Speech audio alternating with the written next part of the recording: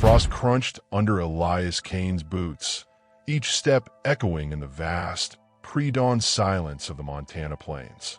Moonlight, cold and sharp, silvered the frozen sagebrush and etched the deep lines of grief around his eyes as he swung the pickaxe. Chips of frozen earth flew, revealing darker soil beneath, a grave in the making, stark against the snow-dusted prairie. What secret burden demanded this solitary labor under the indifferent stars? Only the relentless wind, scouring the lonely homestead, carried his answer.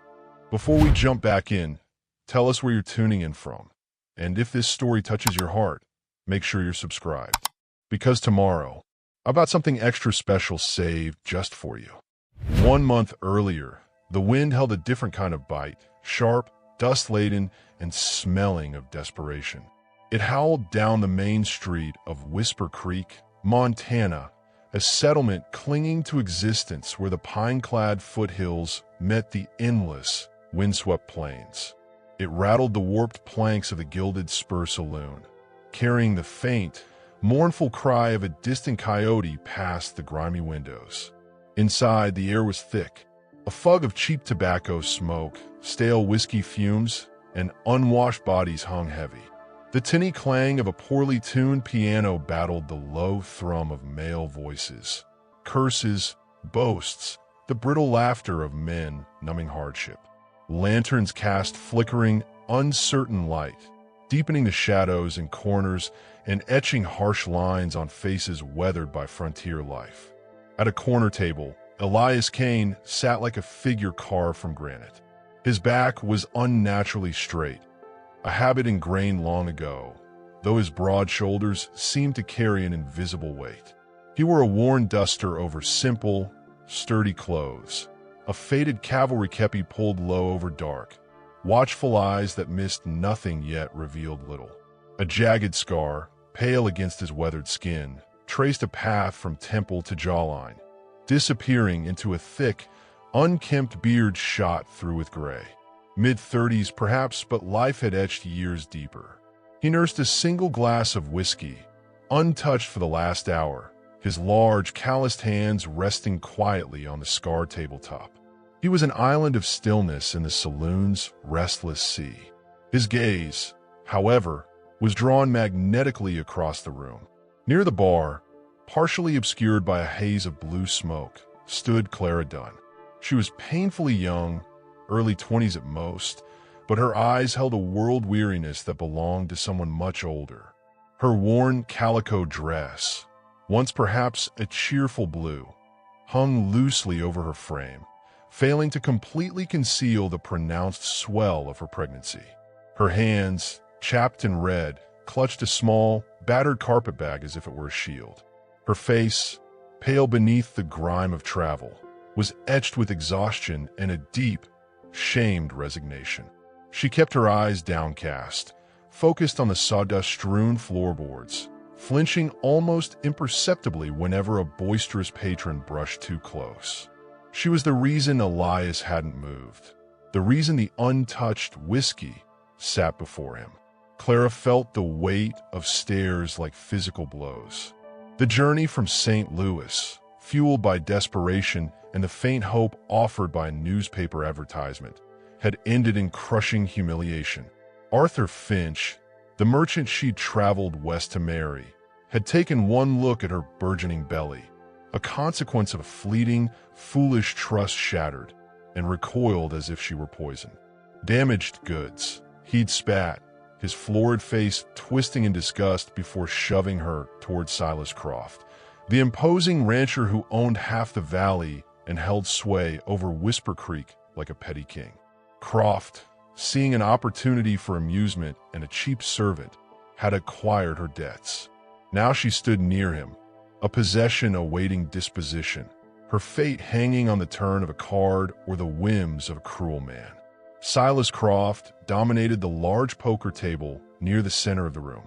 He was a bear of a man, thick-necked and florid-faced, his expensive but ill-fitting suit straining at the buttons. A diamond stick pin glittered garishly on his soiled silk cravat. He exuded an air of brutal entitlement, his laughter booming and humorless, his small eyes constantly scanning the room for advantage or weakness. He gestured expansively towards Clara with a meaty hand adorned with heavy rings. "Gentlemen, add a little spice to the pot, wouldn't you say? Indentured service, pure and simple. Worth her weight in labor, once the brat's dropped. Unless one of you fine fellows fancies a ready-made family." His laugh was a harsh bark that silenced the nearby chatter. The other players, a nervous storekeeper, a grizzled trapper, and a taciturn drifter, shifted uncomfortably. They avoided looking directly at Clara. Betting a human life, even one deemed worthless by society, sat heavy on their frontier pragmatism. Croft's gaze swept the table, challenging, predatory.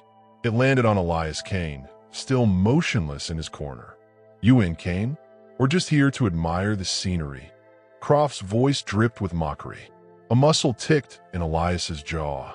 He'd come to the Gilded Spur for solitude, a brief escape from the ghost that haunted his isolated homestead further up the valley. He hadn't planned on playing cards. He certainly hadn't planned on seeing a woman treated like livestock. Yet, the sight of her, that quiet, desperate dignity amidst the squalor, struck a chord deep within him, resonating with his own buried pain. Memories, sharp and unwanted, flickered, the scent of antiseptic in a field hospital, the feel of cold earth under his fingers, a woman's face blurred by time and tears. He pushed them down, a familiar ache settling in his chest. His eyes met Clara's for a fleeting second. Hers held no hope, only a numb terror that scraped against his soul. Without a word, Elias pushed back his chair. The scrape of wood on wood was unnaturally loud. He walked towards the poker table, his movements deliberate, unhurried. He pulled out the remaining chair, the one facing Croft directly, and sat down. He reached into his coat pocket and laid a small, worn leather pouch on the table. It clinked softly, heavy with gold dust. "Deal me in," he said, his voice a low rasp, barely audible above the saloon's din. Clara watched him approach, a fresh wave of icy dread washing over her. Another man, another gamble. This one looked harder, quieter, the scar on his face speaking of violence. He didn't leer like Croft. His gaze was unsettlingly direct, almost assessing. What did he want? Was he simply a colder version of the rancher? She wrapped her arms protectively around her belly, feeling the child stir restlessly within, a tiny life caught in this brutal game. She wanted to disappear, to sink through the filthy floorboards. Instead, she stood rooted, a silent witness to her own bartering. The game progressed with agonizing slowness. Bets were called, hands revealed. The nervous storekeeper folded quickly. The trapper grunted, tossing in his cards after a tense moment. The drifter met Croft's raise, his eyes narrowed, but ultimately succumbed to a superior hand, leaving only Croft and Elias at the table, the pot a significant pile of coins, dust, and promissory notes. And Clara, she was the centerpiece, her value reduced to a pile of chips beside Croft's elbow. Croft studied his cards, a smug smile playing on his lips. He had a strong hand. Clara could tell by the way his small eyes gleamed. He pushed a hefty stack of chips towards the center.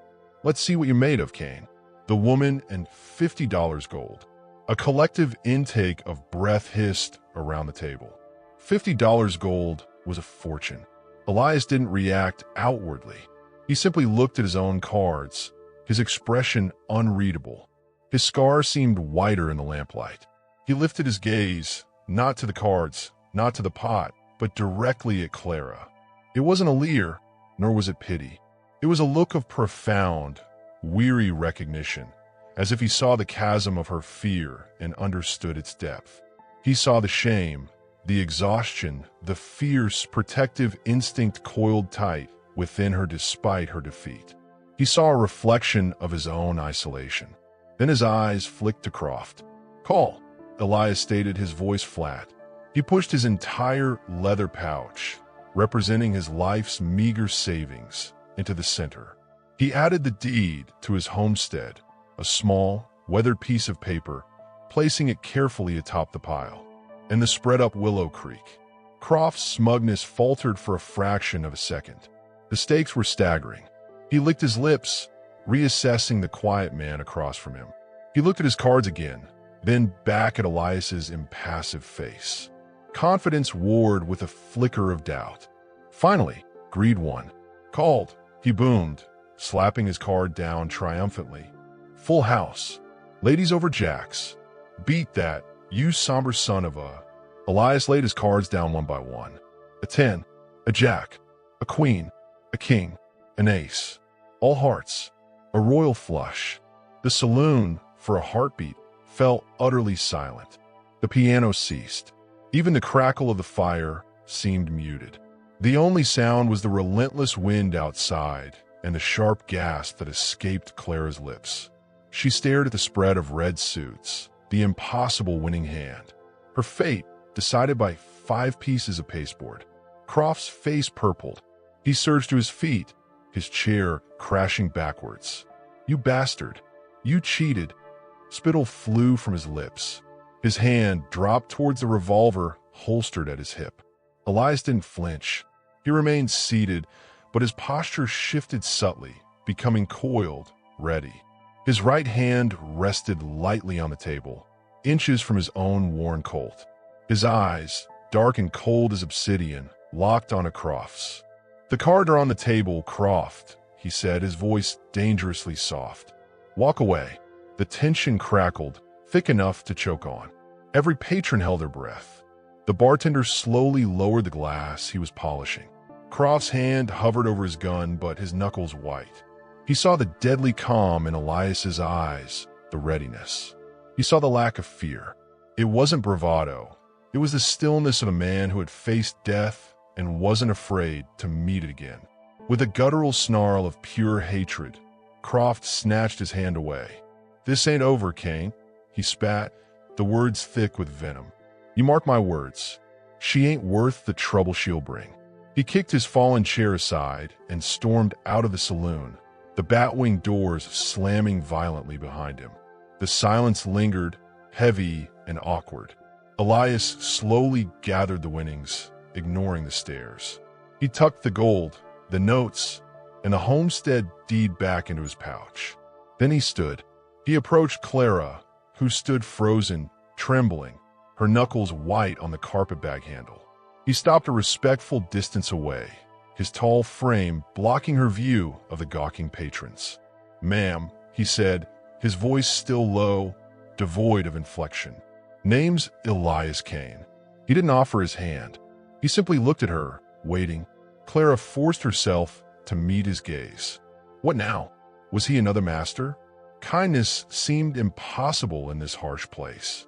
"Clara Dunn," she whispered, her voice hoarse from disuse and fear. "The preacher's still awake." Down the street, Elias stated it as a simple fact. Best done tonight. Marriage. To this stranger who'd won her like a side of beef.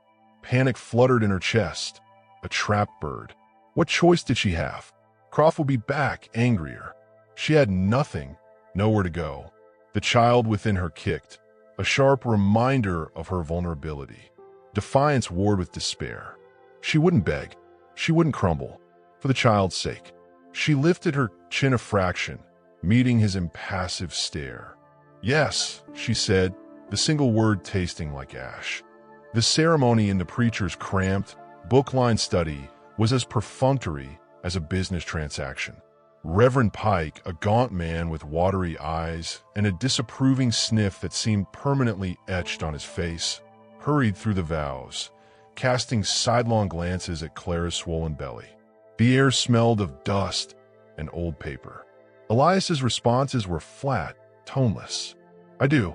Clara's own voice trembled when she spoke her lines, the words love, cherish, and honor feeling like cruel jokes in this cold exchange.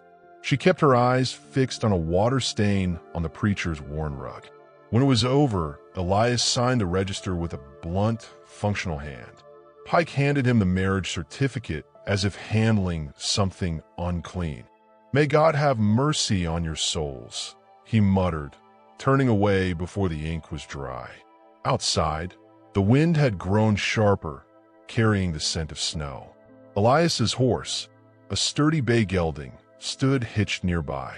Without ceremony, Elias mounted, then reached down a hand to Clara. She hesitated, looking at the horse, at the long trail ahead, at the stranger who was now her husband. Taking his hand felt like stepping off a cliff. His grip was strong, calloused, and personal. He hauled her up behind him with surprising ease. As she settled awkwardly, trying to find balance without pressing against him too much, he shrugged off his thick, sheepskin-lined coat and wordlessly handed it back to her. The gesture was practical, not tender, but the sudden enveloping warmth against the biting wind was a shock. She clutched the coat around her, burying her face in the coarse wool, smelling wood smoke, horse, and the faint, indefinable scent of the man himself. They rode in silence out of Whisper Creek, leaving the dim, accusing lights behind. The trail climbed into the foothills, the darkness deepening under a canopy of wind-whipped pines. The only sounds are the horse's rhythmic plodding, the creak of saddle leather, the sigh of the wind through the branches, and the occasional, sharp crack of frozen twigs underfoot. Elias didn't speak. Clara clung on, her body aching, her mind a whirlwind of fear, shame, and a terrifying, burgeoning uncertainty. Who was this man? What awaited her at his homestead? Would he expect? She shuddered, pushing the thought away, focusing instead on the solid warmth of the coat, the rhythmic movement of the horse, the dark shapes of the trees against the slightly lighter sky. After what felt like hours, Elias reined in the horse. They emerged into a small clearing high on a ridge. Below, the lights of Whisper Creek were distant pinpricks in the vast, dark valley. Ahead, silhouetted against the star-flecked sky, stood a solitary cabin. It looked sturdy enough, built of rough-hewn logs, but undeniably bleak. A thin plume of smoke rose weakly from the stone chimney, quickly shredded by the wind. A small, lean-to stable stood off to one side. There were no welcoming lights in the windows, only deep, impenetrable shadows. Elias dismounted stiffly and helped Clara down. Her legs were numb, buckling slightly as she touched the frozen ground. He caught her elbow, steadying her for a brief moment before releasing her as if she'd burned him. He led the horse towards the stable without a word. Clara stood alone in the clearing, dwarfed by the immense Montana night. The silence was profound, broken only by the wind's mournful song through the pines and the distant cry of a hunting owl. The cabin loomed before her, dark and unwelcoming. This was her new world. Fear, cold and sharp, prickled along her spine. She hugged the coat tighter, the borrowed warmth suddenly feeling insufficient against the deep chill of isolation. Elias emerged from the stable, closing the door with a soft thud. He walked past her towards the cabin door, pulling a large key from his pocket. The lock clunked heavily as he turned it. He pushed the door open, revealing a yawning rectangle of deeper blackness within. He stepped inside, disappearing momentarily. A match flared, casting flickering, monstrous shadows on the walls as he lit a lantern. The dim light spilled out onto the porch, illuminating the rough-hewn planks. He reappeared in the doorway, holding the lantern aloft.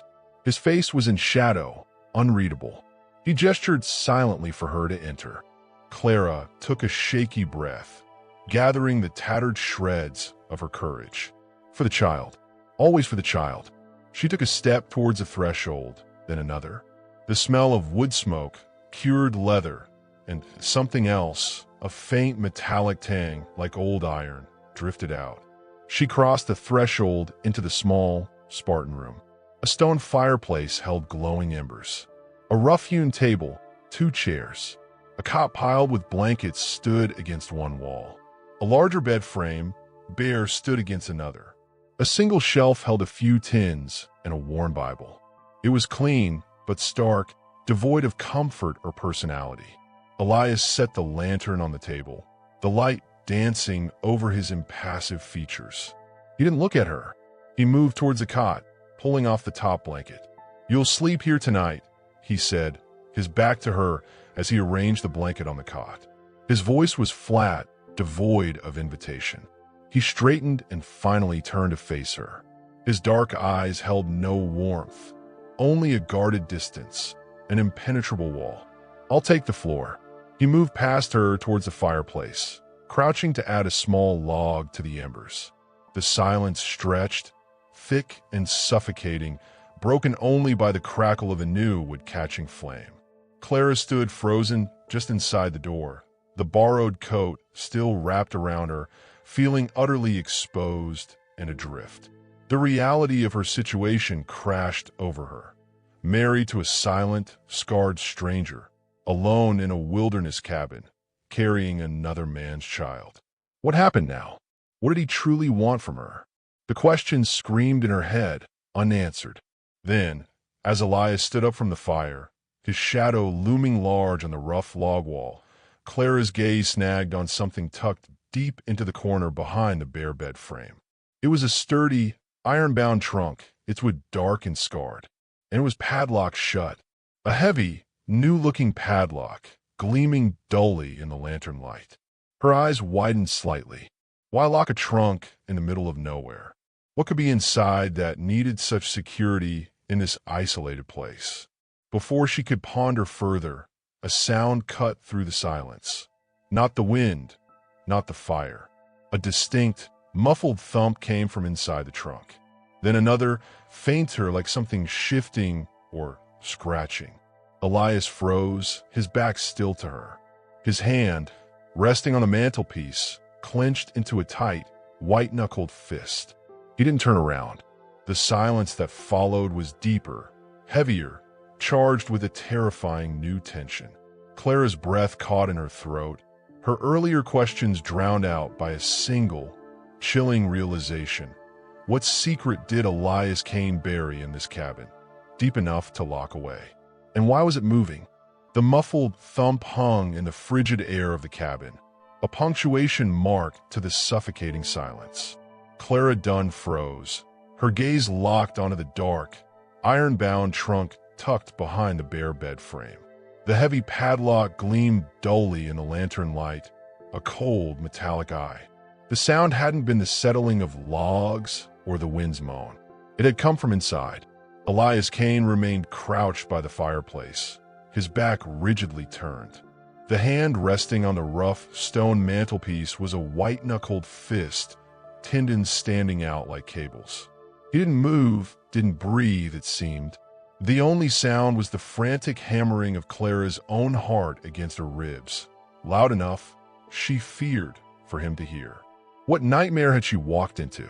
A trunk that moved? Was it an animal? Something worse? Her mind conjured horrors, trapped creatures, stolen goods, evidence of violence best hidden. The metallic tang in the air seemed to intensify, coppery and cold. Slowly, deliberately, Elias unclenched his fist. He didn't turn.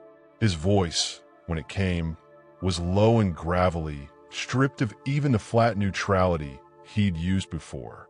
"Ain't what you're thinking." He paused, as if the words cost him. "Trapped a fox. Vixen. Got kits nearby, I reckon. Been stealing my hens."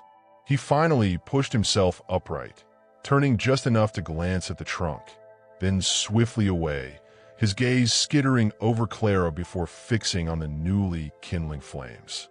Meant to let her out come morning. Further off. Didn't expect, he trailed off, the unspoken you hanging heavy. He gestured vaguely towards the cot. Sleep. Clara's legs felt like water. A fox. Relief warred with a deeper unease. Why lock it away so securely? Why the violent reaction? The explanation felt flimsy, a veil over something darker. Yet, the practical part of her mind latched onto it. A fox stealing hens. That made sense in this wild place. She forced herself to move, her steps wooden, towards the narrow cot Elias had indicated. The ruffled blanket he'd placed there felt alien. She sat on the edge, the straw stuffing crunching faintly, keeping the bulky sheepskin coat wrapped tightly around her like armor. She couldn't bring herself to look at the trunk again, nor directly at Elias. He moved silently, efficiently. He pulled another worn blanket from a chest near the bed and spread it on the hard-packed dirt floor near the hearth, a respectful distance from her cot. He banked the fire carefully, adding another small log, then extinguished the lantern, plunging the cabin into near darkness. The only light came from the pulsating orange embers, painting shifting, monstrous shapes on the walls and ceiling.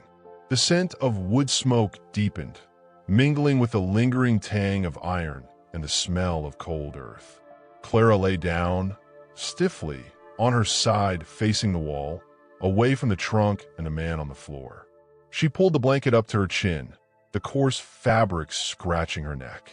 The child within her stirred, a series of flutters and pushes, a constant reminder of her vulnerability and the reason she endured this terrifying limbo. She closed her eyes, but sleep was impossible. Every rustle of Elias settling on the floor, every sigh of the wind finding a new crack in the chinking, every imagined sound from the trunk sent fresh jolts of fear through her. She thought of Arthur Finch's florid face contorted in disgust. Damaged goods. She thought of Silas Croft's predatory leer, the casual cruelty of the poker game. And now this. A scarred, silent man with a locked trunk holding a living creature, sharing his stark cabin floor with a stranger he'd won and wedded in the span of an evening. The shame was a cold stone in her belly, heavier than the child. She had dreamed of a fresh start, a respectable life as a merchant's wife in the West. Instead, she'd traded one form of abandonment for another, deeper isolation. A tear escaped, tracing a cold path down her temple into the rough pillow. She stifled a sob, biting her lip until she tasted blood.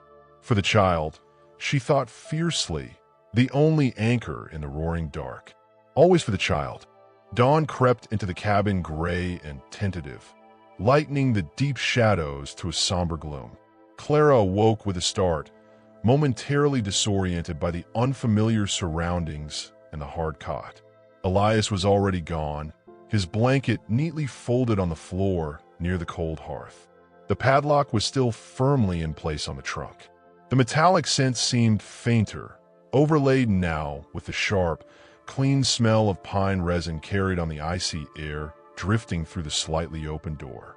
Shivering, Clara pushed herself up. Her body ached from the journey and the hard bed. She ventured outside, pulling the sheepskin coat tighter. The sight stole her breath, momentarily eclipsing her fear. The cabin perched on a high ridge overlooking a vast, snow-dusted valley. Whisper Creek was a smudge far below, barely visible. Rugged, pine-clad hills rolled away in every direction, fading into a horizon blurred by low, pewter clouds. The air was knife-sharp, scoured clean, smelling of snow and evergreen. The immensity was staggering, beautiful, and utterly desolate. A lone hawk circled high above on silent wings. She found Elias in the small lean-to stable. He was forking hay into a manger for the sturdy bay gelding and a single, shaggy milk cow. He didn't look up as she approached, his movements economical, focused. "Water bucket," he said, his voice a mourning rasp, nodding towards a wooden pail near the door. "Creek's yonder. Mind the ice." He didn't offer to accompany her. Clara took the bucket, its rough handle biting into her cold fingers. She followed a narrow, frozen path down the slope behind the cabin. It wound through skeletal aspen groves and thick stands of dark pines, their branches laden with snow. The silence was profound, broken only by the crunch of frost under her boots and the distant, rhythmic thump-thump-thump of Elias splitting wood back at the homestead. The sound echoed in the vastness, a lonely counterpoint to the wilderness. She found the creek, a ribbon of dark water cutting through ice-rimed rocks, chuckling softly under a fragile lacework of frost. Filling the bucket, the water achingly cold. She felt a pang of profound isolation. This was her world now. This frozen creek, that taciturn man, the looming secret of the locked trunk. She thought of St. Louis, the bustle, the gaslights, the naive girl who believed a traveling salesman's sweet lies and empty promises. That girl was gone, buried under layers of shame and survival. She splashed the icy water on her face, gasping at the shock, a small act of defiance against the numbness threatening to consume her. "You are Clara Dunn Kane now," she told herself, testing the unfamiliar name. For better or worse, the days settled into a fragile, silent rhythm dictated by necessity. Elias was gone at first light, often returning only as dusk painted the western sky in bruised purples and oranges.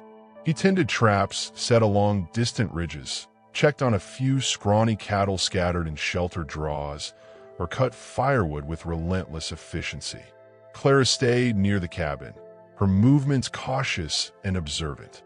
She swept the hard dirt floor with a twig broom. She attempted biscuits on the temperamental cast-iron stove, the first batch emerging as charred lumps, the next merely leaden.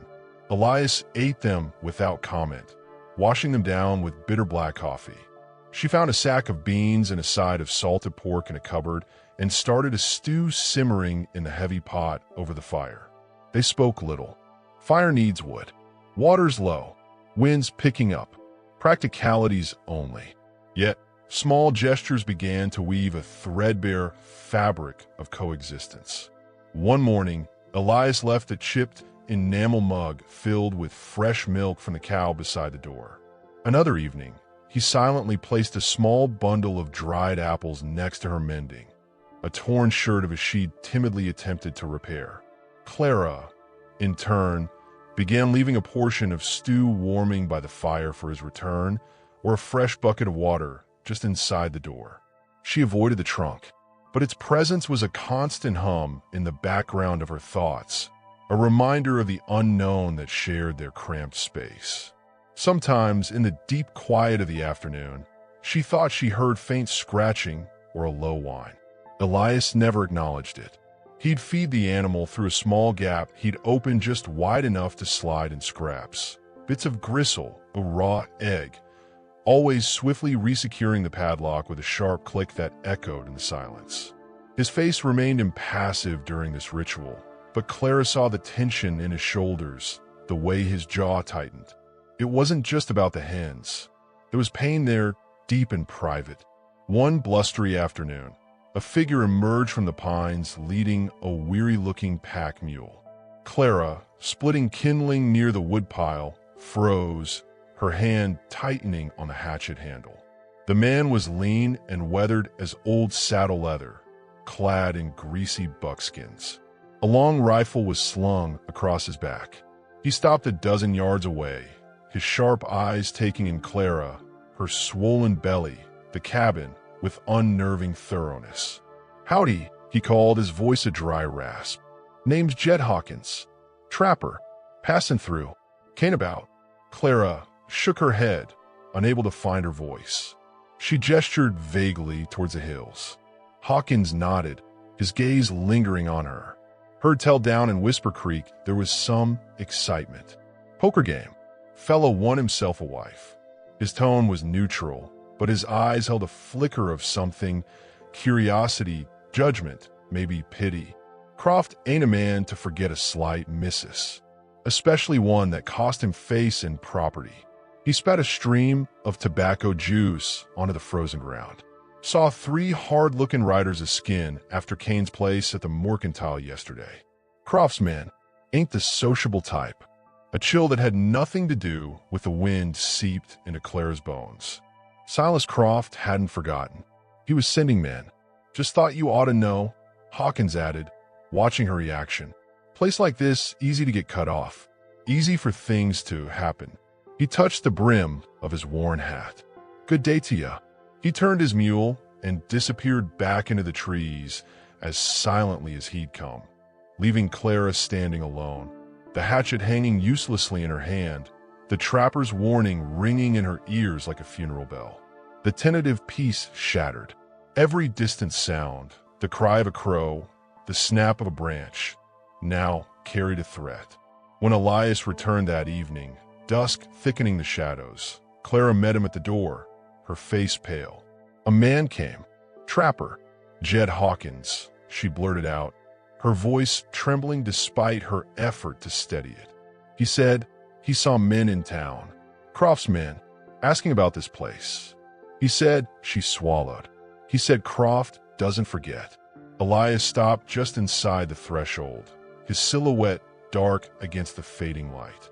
He didn't seem surprised. His hand rested lightly on the butt of the Colt at his hip, a habitual movement Clara hadn't noticed before. His eyes, shadowed in the dimness, scanned the clearing, the tree line, with a new, predatory alertness. The weariness dropped away, replaced by a coiled readiness that was more frightening than his usual stoicism. "Hawkins say how many?" His voice was low, tight. "3. Hard-looking," he said. Elias grunted, a sound devoid of warmth. He stepped fully inside, closing the door and dropping the heavy bar into place with a solid thunk. The finality of the sound echoed in the small cabin. He moved to the small, high window beside the door, peering out through a crack in the oiled hide covering it. The silence stretched, thick with unspoken danger. He finally turned away from the window, his gaze sweeping the room, landing briefly, intensely, on the padlocked trunk before meeting Clara's frightened eyes. "Stay inside," he ordered, his tone brooking no argument. "Keep away from the windows after dark." He walked to the fireplace, not to warm himself, but to check the load in the long rifle leaning beside it. The metallic snick of the mechanism was loud in the quiet. "They won't come quiet," he added, almost to himself, his voice grim. "Croft likes a show." That night, sleep was impossible. Clara lay on the cot, listening to every creak of the cabin, every moan of the wind, her heart pounding a frantic rhythm against her ribs. Elias didn't lie down. He sat in one of the rough chairs near the cold hearth, the rifle across his knees, a revolver on the table beside him. The lantern was extinguished, only the faint glow of banked embers illuminating his profile, a hard, watchful outline against the deeper dark. The padlocked trunk crouched in its corner, its secret momentarily forgotten in the face of a more immediate menace. The hours crawled by. The wind rose, whistling around the eaves, rattling the shutters. Somewhere far off, a wolf howled, a lonely, mournful sound that raised the hairs on Clara's neck. Elias remained motionless, a sentinel in the gloom. Clara drifted into a fitful doze, haunted by images of Croft's leering face and shadowy riders emerging from the pines. She awoke with a jolt just before dawn. The cabin was still dark, but the quality of the silence had changed. The wind had died. An unnatural stillness pressed down, heavy and expectant. Elias was no longer in the chair.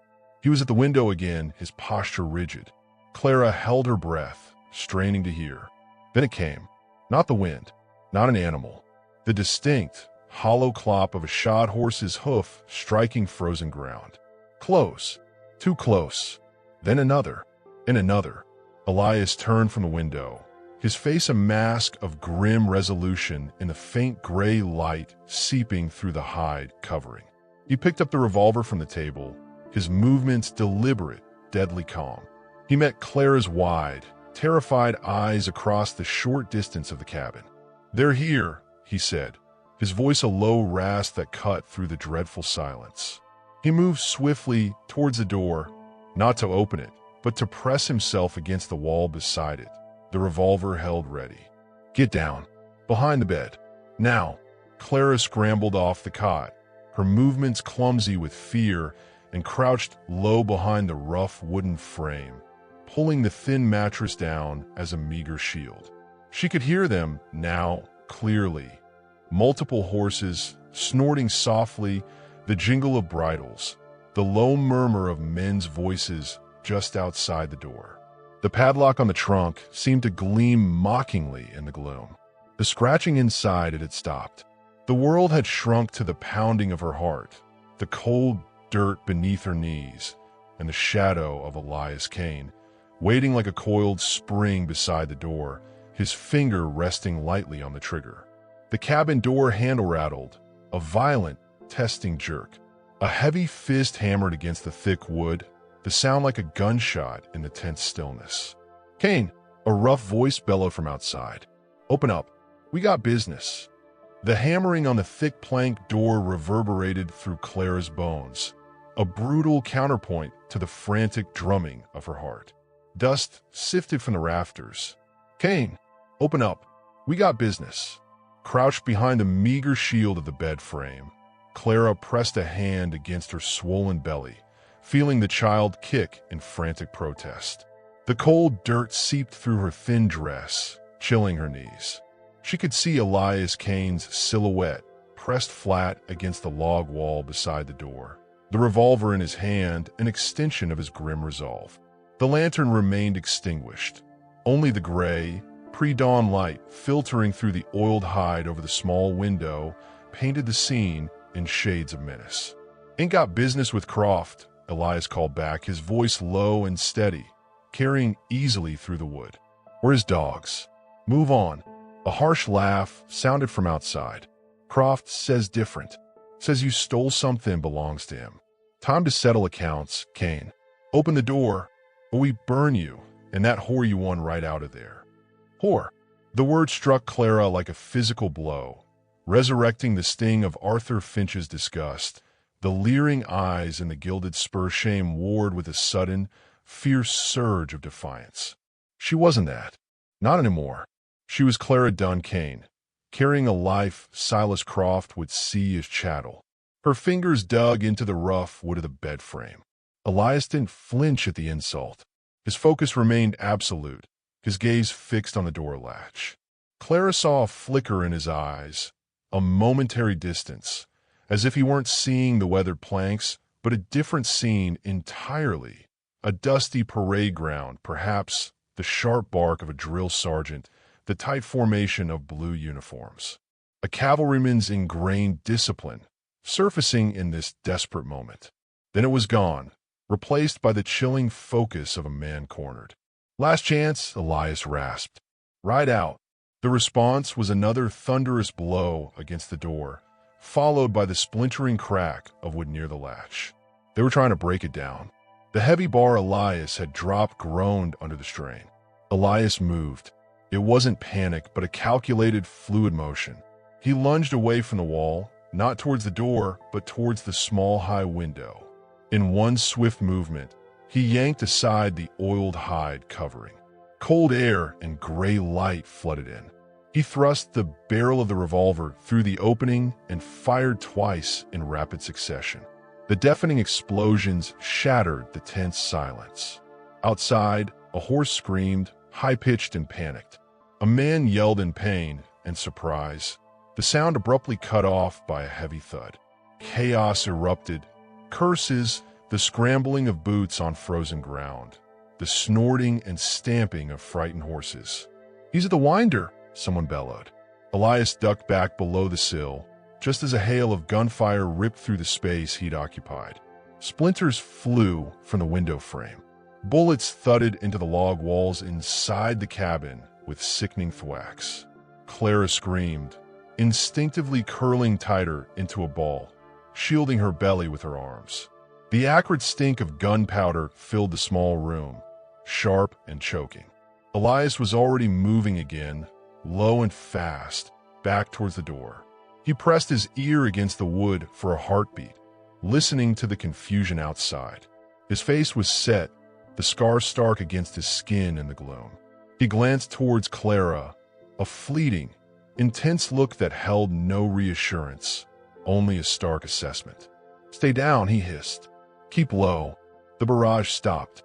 A tense quiet descended, broken only by the labored breathing of a wounded horse and the muttered curses of the men outside. "Lonnie's hit bad," one voice called out, tinged with panic. "Shoulders tore up, bleeding like a stuck pig."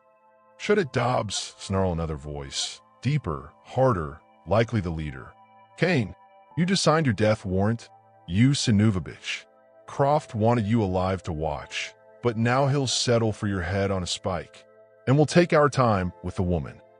Clara's blood ran cold. To watch. Watch what? Her mind reeled. This wasn't just about reclaiming her. It was personal, vicious. Croft wanted Elias broken before he died. She thought of the locked trunk, Elias's haunted vigilance. What history festered between these two men? A new sound cut through the standoff. A low, rhythmic thumping from the corner. The padlocked trunk. The trapped vixen, terrified by the gunfire, was throwing herself against the inside walls. Thump, thump, thump. A frantic counterpoint to the human drama. Elias's jaw clenched. He ignored the sound, his attention fixed on the door and window. But Clara saw the flicker of anguish cross his face, quickly masked. It wasn't just annoyance, it was pain. That trapped animal resonated with something deep within him, a wound beyond a physical scar. Was it the memory of men trapped? Of failure?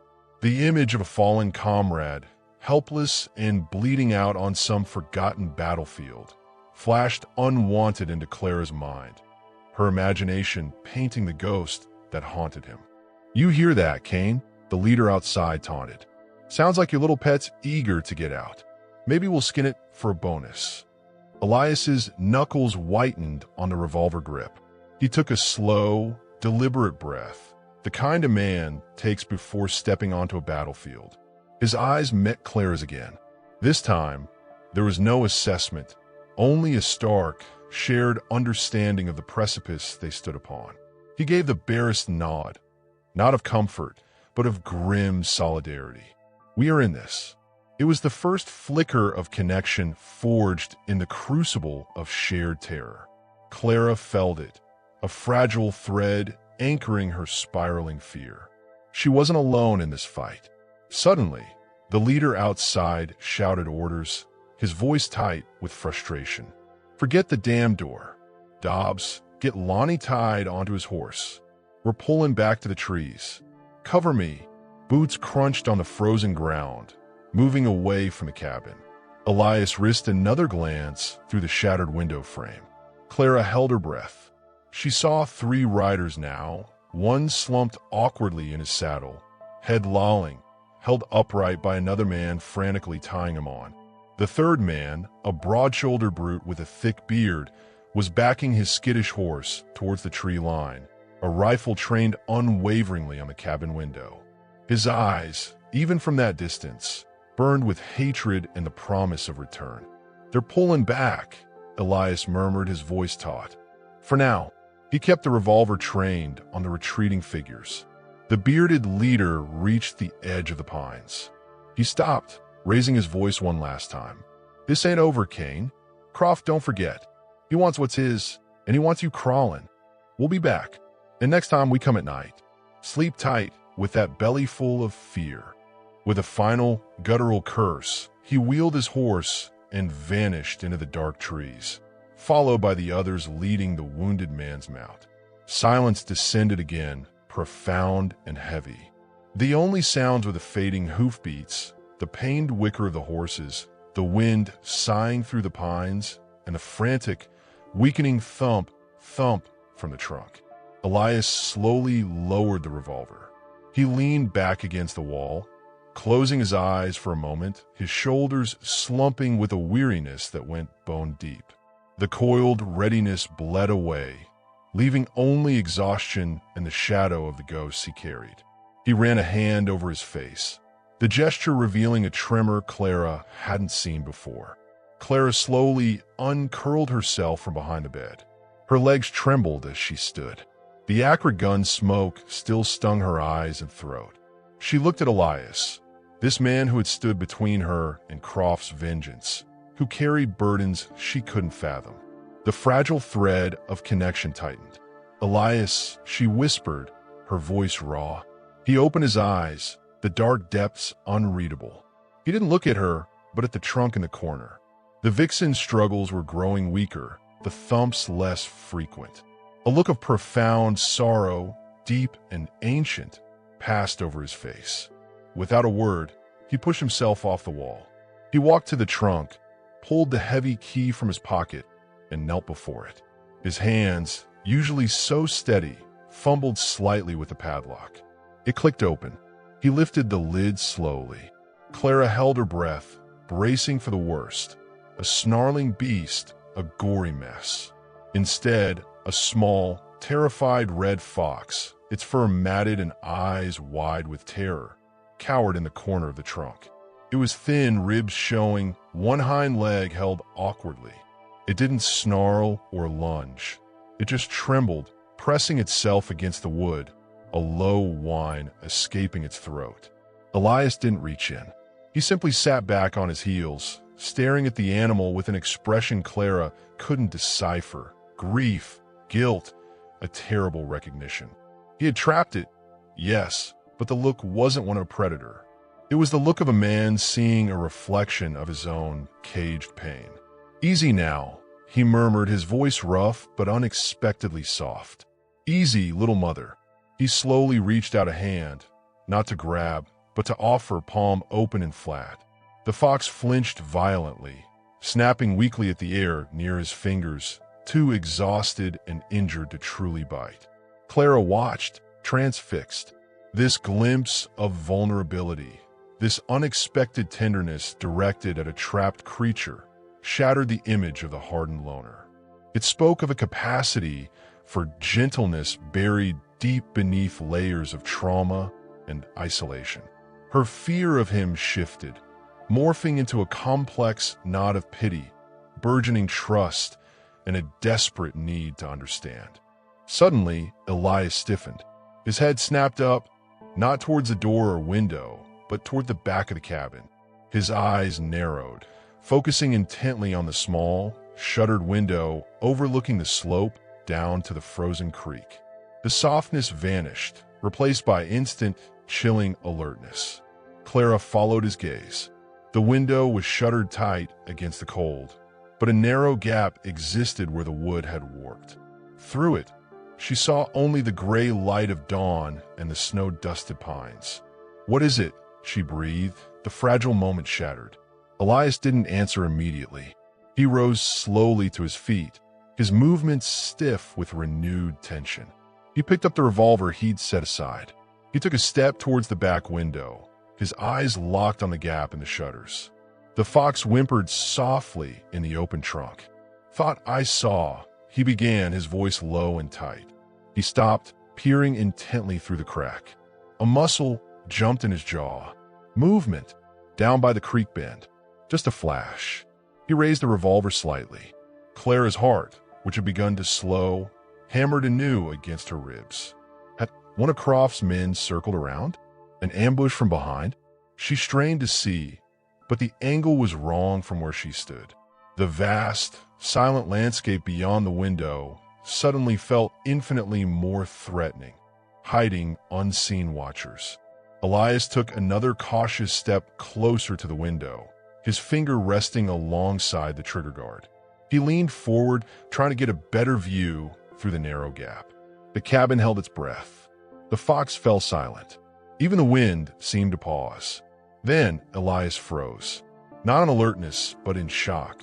His breath hitched audibly. The color drained from his face, leaving the scar livid against his suddenly pale skin. The hand holding the revolver lowered slowly, almost limply, to his side. His eyes, wide with disbelief and a dawning horror Clara had never seen before, remained fixed on something outside that she couldn't see. "No." The word escaped his lips, a hoarse whisper barely louder than the sigh of the wind. It wasn't fear of an enemy. It was the sound of a man seeing a ghost. "It can't be." The single word, "no," hung in the cabin's frigid air, thinner than the lingering gun smoke, heavier than the mountains outside. It wasn't fear of Croft's men that blanched Elias Kane's face and slackened his grip on the revolver. It was the stunned horror of witnessing the impossible. He remained frozen, staring through the warped gap in the shutters, his breath shallow and ragged. Clara's own fear, momentarily eclipsed by his reaction, surged back, colder and sharper. What monstrous thing could make this hardened man look like he'd seen a ghost?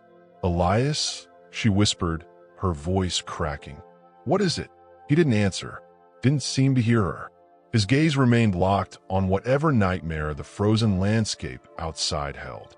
The wounded fox in the open trunk whined softly, a pitiful counterpoint to the human tension. Then movement.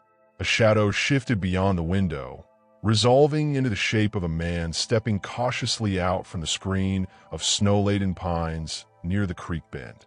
He was tall, lean almost to gauntness, wrapped in a threadbare buffalo coat that seemed too large for his frame. A worn cavalry hat, its brim pulled low, shadowed his face. But even from this distance, Clara could see the glint of eyes fixed on the cabin. He carried no rifle openly, but one hand rested near the flap of a holster at his hip. He raised his other hand, palm out, in a slow, deliberate gesture of peace, or perhaps caution. Elias flinched as if struck. He took an involuntary step back from the window, the revolver dangling uselessly at his side. His lips formed a name, soundless at first, then a choked whisper. "Silas?" The name meant nothing to Clara, but the raw recognition in Elias's voice was undeniable. This wasn't one of Croft's thugs. This was a specter from Elias's past, materialized in the Montana snow. Elias Kane? The call came from outside, muffled by the shutters, but clear enough. The voice was rough, weathered, holding a note of disbelief. "That you in there?" Heard the shots. Saw Croft's vermin skulking off. Elias finally tore his gaze from the window, looking wildly around the cabin as if seeking an escape. His eyes landed on Clara, wide with a panic she'd never seen in him, even facing down gunfire. It was the panic of a secret violently unearthed. He stumbled towards a door, fumbling with the heavy bar. "Stay back," he hissed at Clara, though his urgency seemed directed more at the man outside. "Keep still." He hauled the door open just enough to step onto the porch, blocking Clara's view but leaving the door ajar. The bite of the winter wind rushed in, carrying the scent of pine sap and cold stone. Clara edged closer to the doorway, staying hidden in the shadows, her hand instinctively cradling her belly. She could see Elias standing rigidly on the porch steps, the revolver now held loosely, pointed at the ground.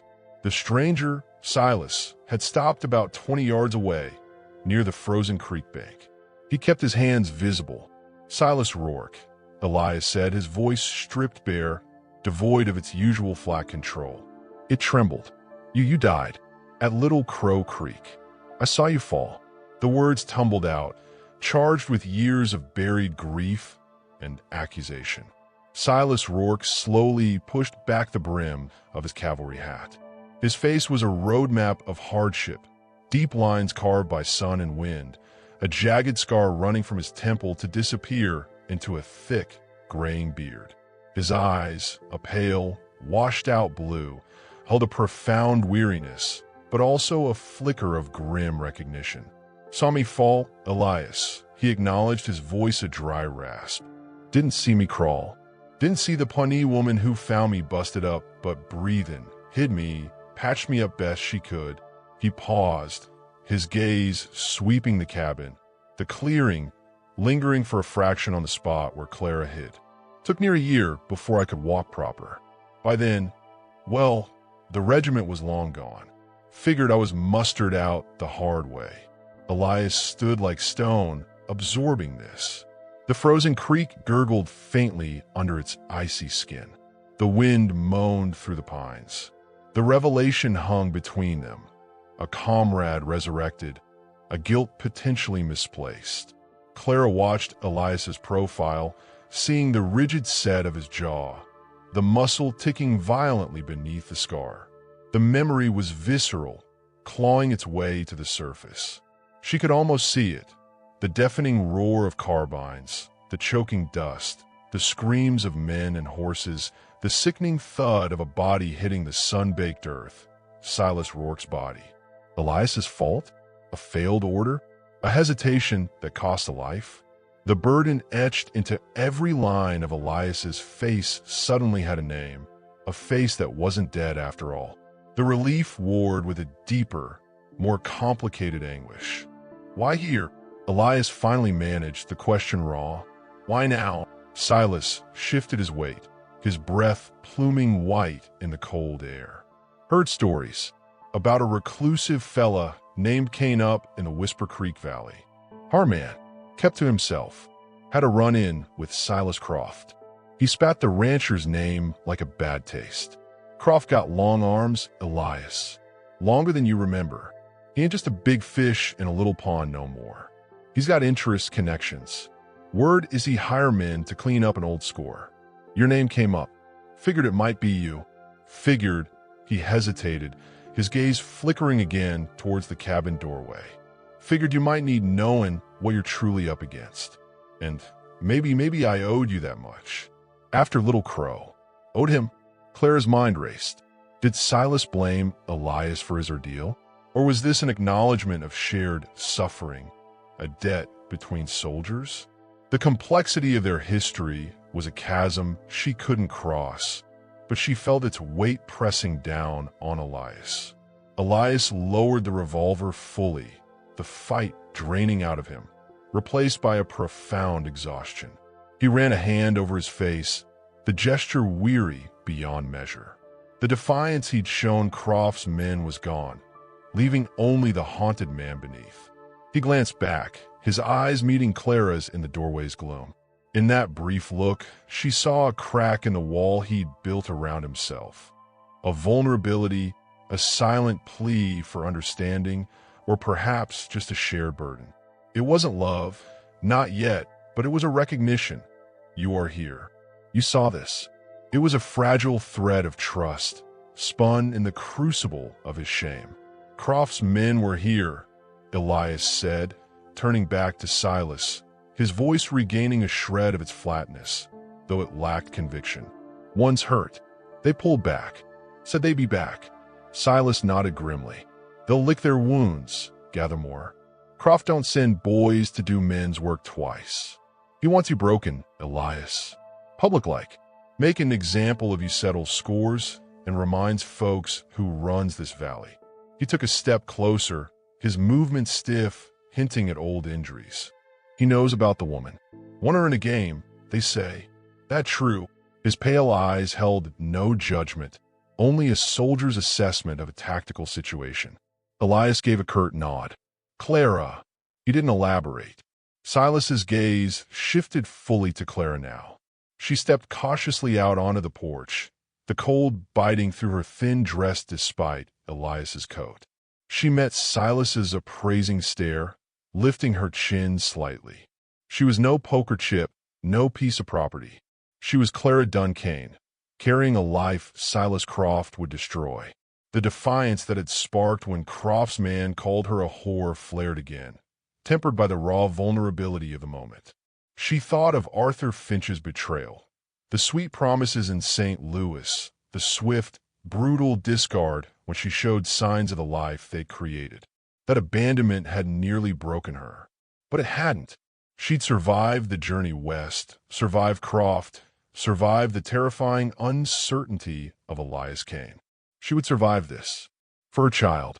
Her hand tightened over her belly. Never again, she vowed silently. No one makes me feel ashamed for existing. Ma'am, Silas said, giving a slight, respectful dip of his head. The gesture, small as it was, acknowledged her presence, her humanity. It was more than she'd gotten from most men since arriving in Montana. We need to move, Silas stated, turning his attention back to Elias. This ridge is a death trap. They know where you are. They'll come at night from multiple sides, burn you out or pick you off. He gestured towards the rugged, pine-clad slopes rising steeply behind the cabin. I know a place.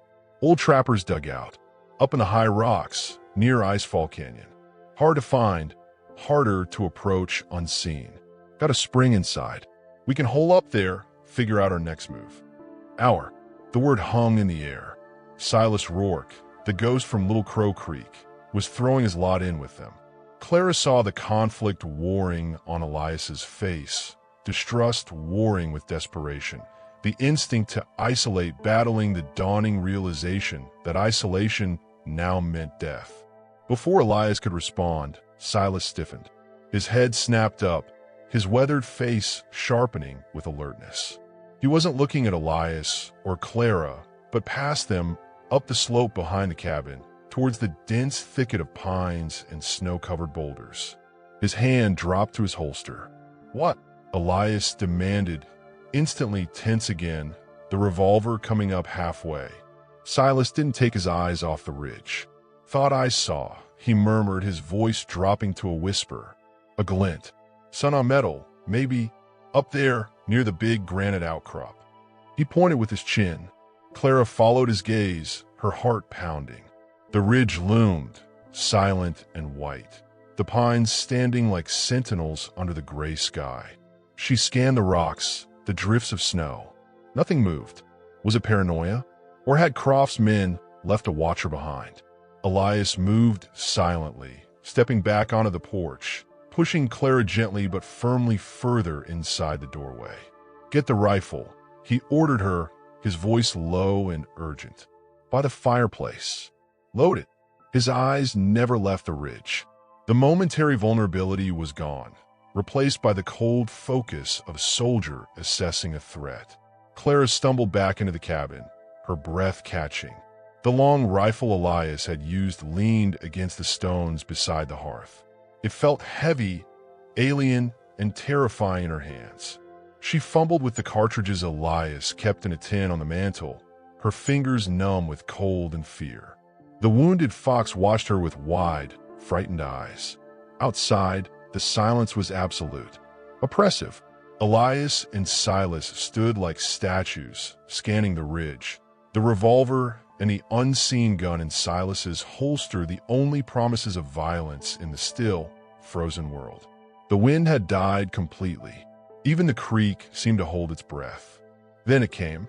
Not a glint, not a sound from the ridge, from the stable. A soft, distinct, sickening crunch, like a heavy boot stepping on brittle ice, or breaking a small bone, followed instantly by a high-pitched, agonized squeal, the sound of an animal in unbearable pain. The milk cow. Silas Rourke swore viciously under his breath.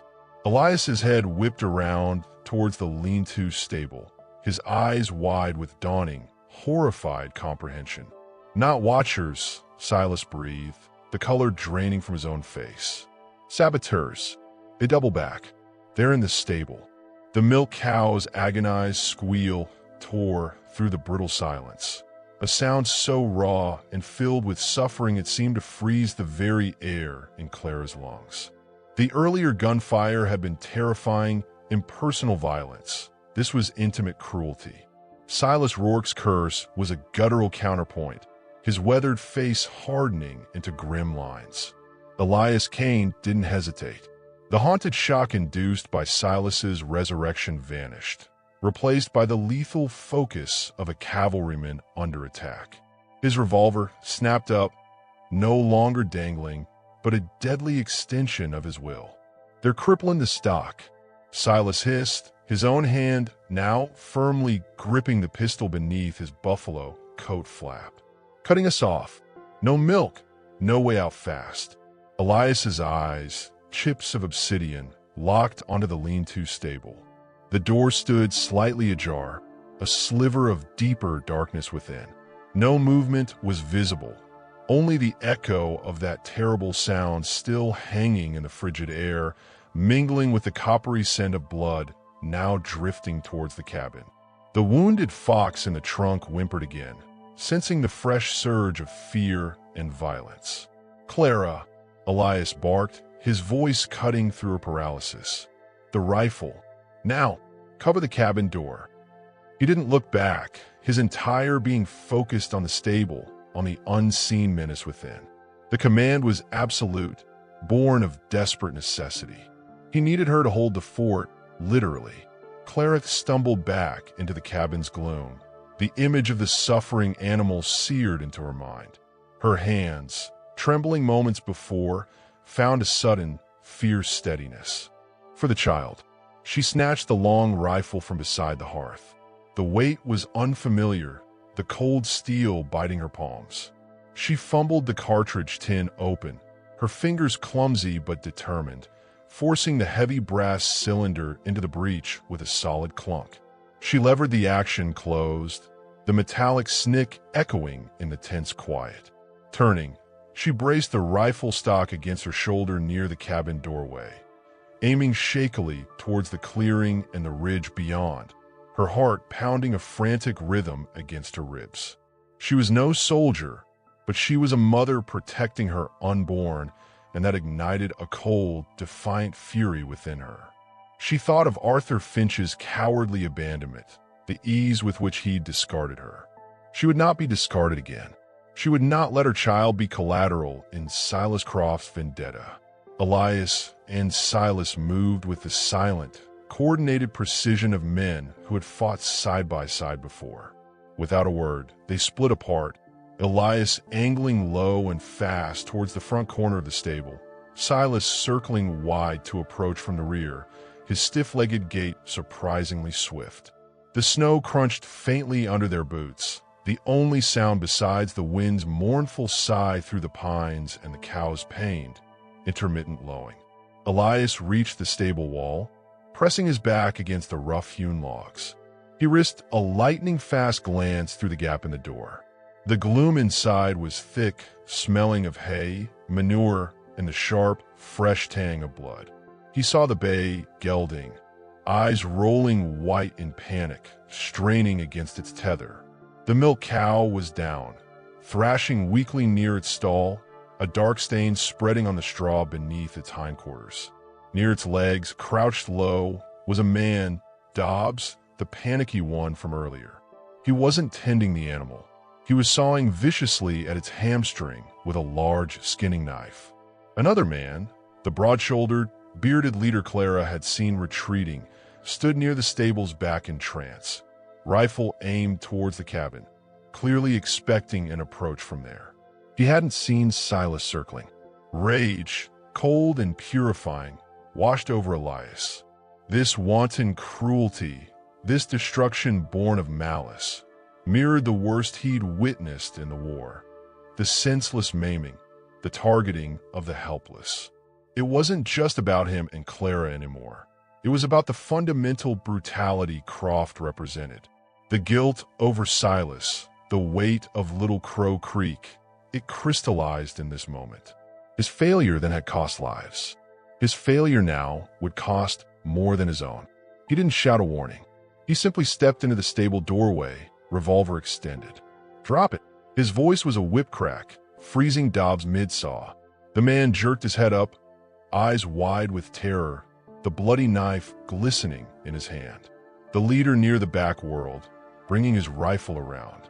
But before he could fire, a shadow filled the rear entrance. Silas Rourke stood there, his own pistol leveled, pale eyes cold. "Toss it, Briggs," Silas commanded, his voice devoid of mercy. "Or join your handiwork." Briggs, the leader, hesitated, his eyes darting between the two threats. Dobbs whimpered, the knife clattering from his nerveless fingers onto the bloodied straw. "Croft will skin you alive for this, Rourke." Briggs snarled, his finger tightening on the trigger, swinging the barrel toward Silas. The shot that rang out wasn't from Silas, nor Elias. It came from the cabin doorway. Clara Dunn, her jaw clenched tight against the rifle's punishing kick, had seen Briggs shift his aim toward Silas. Without conscious thought, driven by pure protective instinct, for the man who had unexpectedly become an ally, for the fragile chance at survival he represented, she pulled the trigger. The heavy rifle boomed, bucking violently against her shoulder. The shot went wide, splintering the stable wall inches from Briggs's head, but the shock was enough. Briggs flinched violently, his shot going wild, punching harmlessly into the stable roof. In that split second of distraction, Elias fired. His bullet took Briggs high in the shoulder, spinning him around with a grunt. Silas surged forward, pistol whipping the wounded man savagely across the temple. Briggs crumpled like a sack of grain. Dobbs screamed, scrambling backwards on hands and knees into a pile of hay, blubbering surrender. "Don't shoot. Don't shoot. Croft made us. Said to make it slow. Make it hurt." Elias ignored him, striding to the downed cow. The animal's eyes were rolling in agony, its breath coming in ragged, wet gasps. The damage was catastrophic.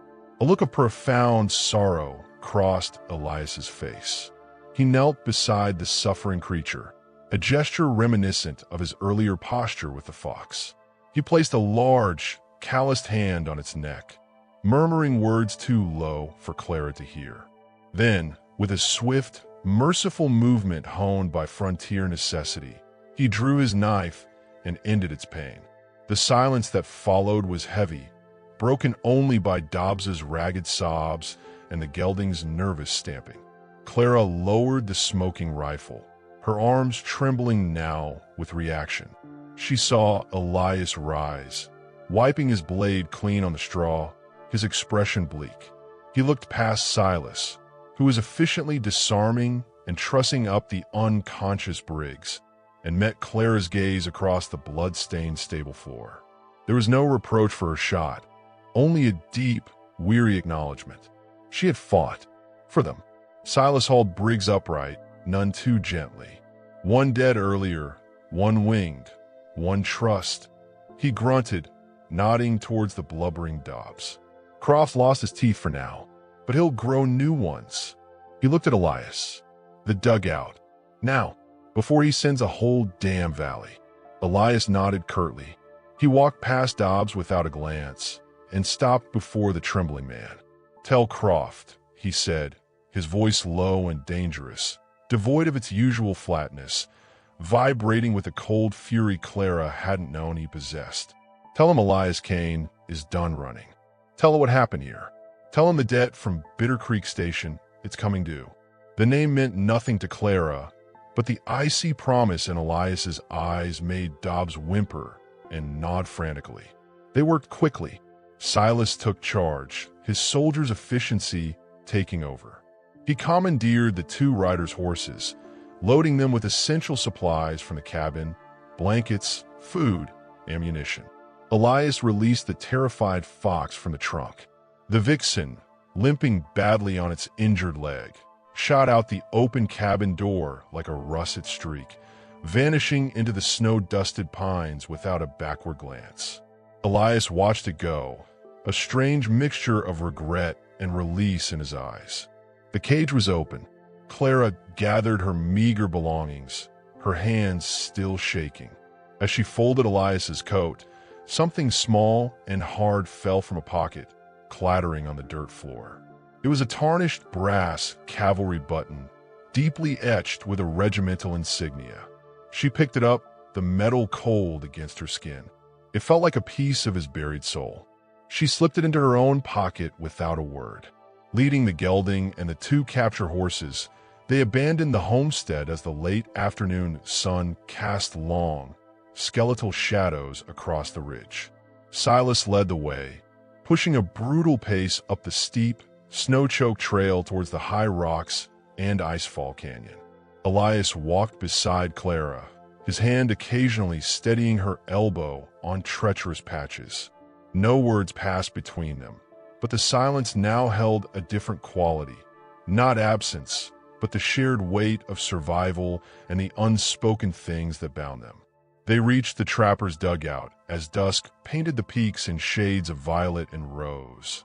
A low, almost invisible opening in a tumble of granite boulders, sheltered by ancient, snow-laden pines.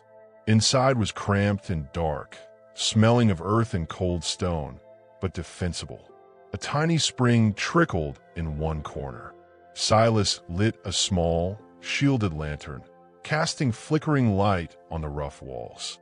Later, as Clara huddled under blankets near the small fire Silas had risked in the deep hearth, Elias finally spoke. Not to Silas, but to her, his voice low and rough in the confined space. "Bitter Creek Station," he began, staring into the meager flames. "Supply convoy. Croft. He was the civilian contractor. Cut corners, weak axles. Wagon broke down in a narrow pass. Ambush. He swallowed hard, the scar on his face seeming to deepen in the firelight. My patrol was escort. We fought, but we were pinned. Lost good man. Silas. I thought Silas bought a covering to retreat. Croft blamed us. Said we didn't protect his goods. Ruined him, he claimed. Always said he'd settle it. He glanced at Silas, who gave a curt nod, his pale eyes reflecting the fire. I carried that. The men I lost him, he couldn't finish. The guilt wasn't misplaced, just shared differently. Clara reached out, tentatively, and placed her hand over his where it rested on his knee. His skin was cold, but his fingers twitched, then slowly turned, enveloping hers in a grip that was strong, hesitant, and real. It was the first touch offered and accepted without fear or necessity. She understood then. The grave he'd been digging under the indifferent stars and the hook, it wasn't just a secret burden. It was a grave for his guilt, for the men he believed he'd failed, for the life he thought he didn't deserve. Seeing Silas alive hadn't erased the loss, but had changed the shape of the grave he needed to dig. It was a grave for the past, not for a person. Weeks passed in the high dugout. Winter tightened its grip, sealing them in a world of snow, wind, and stone. Silas, proving a gruff but invaluable ally, ranged out cautiously for news. Word came down the mountain, carried by taciturn trappers. Silas Croft, facing unexpected pressure from territorial marshals investigating his more brutal enterprises. Pressure Silas Rourke quietly hinted he might have nudged, had abruptly sold his holdings and left Montana. The immediate threat was gone. Spring came late to the high country. The snow retreated reluctantly, revealing patches of muddy earth and stubborn green shoots. Clara's time grew near. One crisp morning, Elias led her out of the dugout, down the treacherous path they'd climbed months before. They didn't return to the ridgetop cabin, scarred by violence and memory. Instead, Elias guided her towards a different clearing, lower down the valley, near the chattering, unfrozen creek. Sunlight, warm and golden, dappled through the new leaves of the aspens. In the center of the clearing stood a simple, sturdy cabin, smaller than the old one but well-built, smoke already curling invitingly from its stone chimney. A small, fenced garden plot lay tilled nearby. Elias had been busy during his solitary scouting trips. "It's not much," he said, his voice still rough but softer than Clara had ever heard it. He gestured towards the cabin. "But it's a start, away from the old graves." Clara looked at the cabin, then at the man beside her, still scarred, still quiet, still carrying ghosts, but no longer hiding from her, or perhaps from himself. The child moved strongly within her, a life born of betrayal, but finding refuge in this unlikely place. She thought of the brass button warm in her pocket, a tiny weight anchoring her to his past and their uncertain future. They had survived Silas Croft. They had weathered the brutal winter. They had faced the ghosts of Bitter Creek. The future wasn't promised easy, but it was theirs to build. She didn't speak. She simply slipped her hand back into his, the way she had that night in the dugout. This time, his fingers closed around hers immediately, firmly. Together, they walked towards the cabin door, leaving the shadows of the high rocks and the old graves behind. The creek sang beside them, and the vast Montana sky, impossibly blue, stretched out above, holding no answers, only space enough, perhaps, for a tentative peace. The quiet defiance of their survival echoed in their joined hands and the hopeful line of smoke rising straight into the clear spring air.